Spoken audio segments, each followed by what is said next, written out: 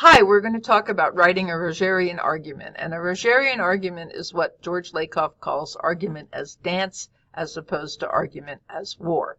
Before you start this paper, be sure that you read all of Chapter 7, Structuring an Argument, in our green book, Everything's an Argument, and take the quiz to be sure you understand what Lunsford is suggesting here. We have some conventions of academic discourse to present, and those are separating the writer's ideas from the ideas of his or her sources, using formal academic discourse, that is, avoiding contractions and using words like children rather than kids. We want to use signal phrases, which means we say in Burke's words or according to Burke. Burke argues, Burke suggests, and although we do use an MLA citation with that, we do not need a formal MLA citation with a signal phrase. We want to avoid plagiarism by using correct in-text citations and a correctly formatted works cited page. And we want to be sure, since this is our second paper, that the MLA formatting is perfectly correct before you turn it in. Okay? So once you get control of these issues, and if you have any questions, please stop by the Student Success Center or talk to me or send me an email. And when you're sure you have control of those skills, take out the Rogerian template. Now remember, we've done the CQ researcher work, so you have your summary and response papers, and we're going to take those papers and we're going to reshape them into the Rogerian argument. So you're not writing a brand new paper from scratch here, and please remember, that would be a whole lot more work. Okay. The template's already shaped in the MLA format.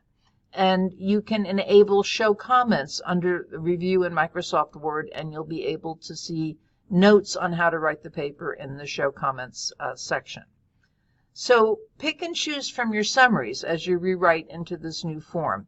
And it's a good chance to look at the language, the way you're writing your paper, as you pick and choose and rewrite your sentences. And you can show your peer mentor or your tutor this assignment and the slideshow that goes with it. Because it's not a typical essay with a thesis statement. It's a little bit different than that. Don't write the paper that's in your head. Write the paper that fills the assignment. Okay, so let's look at the Rogerian argument carefully. You have an introduction to the Rogerian argument where you, quote, describe an issue, a problem, or a conflict in terms rich enough to show that you fully understand and respect any alternative positions or position. The context is, you describe the context in which alternative positions may be valid.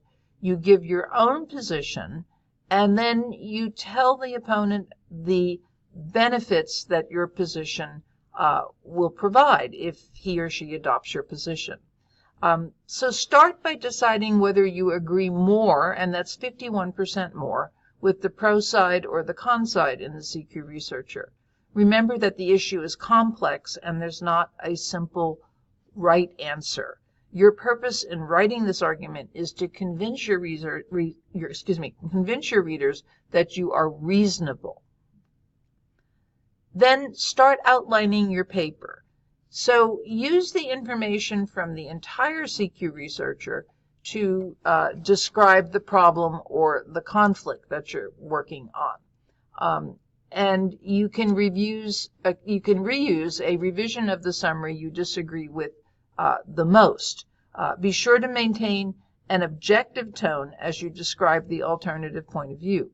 Be sure that you've used consistently signal phrases in your summary, because this assignment is asking the reader to keep track of 3 speakers, the pro, the con, and you.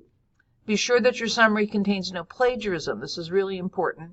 If you're unsure of that, watch the slideshow summarizing academic articles. Okay, the second part of this paper, you state your own position, and you present the circumstances in which that opinion might be valid.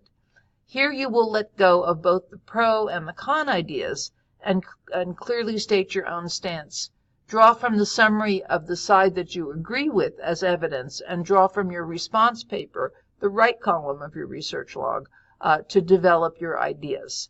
Your voice should clearly appear in this paragraph. Imagine an opera. Imagine a trio of people singing on stage. The first singer sings, then the second, then the third. Be sure that you have a solid claim in this paragraph, that you say something about your stance, and that you develop it and support it with evidence. This creates your ethos. This makes your paper believable. If you use evidence from outside the text, and you don't have to, be sure that that evidence is credible, that you've used a library database than a random internet site. This part, your position, will be the longest part of your paper. It will run 3 or 4 paragraphs, and be sure each paragraph is focused with a clear topic sentence that relates back to your thesis. You're going to conclude the paper by explaining to your opponents how they would benefit from adopting your position. Explain how your position benefits people who believe in the opposing point of view. Find points of agreement and avoid a critical tone. Remember, we're still dancing here. We want to keep our audience engaged, even if they disagree with us. Leave the reader with the feeling that your point of view is reasonable and worthy of consideration. Your works cited page should contain an entry for each CQ research or writer, as well as any other sources that you cite. You are not required to have any other sources than the CQ researcher. This is not a paper where we're measuring your ability to do a large research project, but an ability to organize your thoughts in a particular form of argument.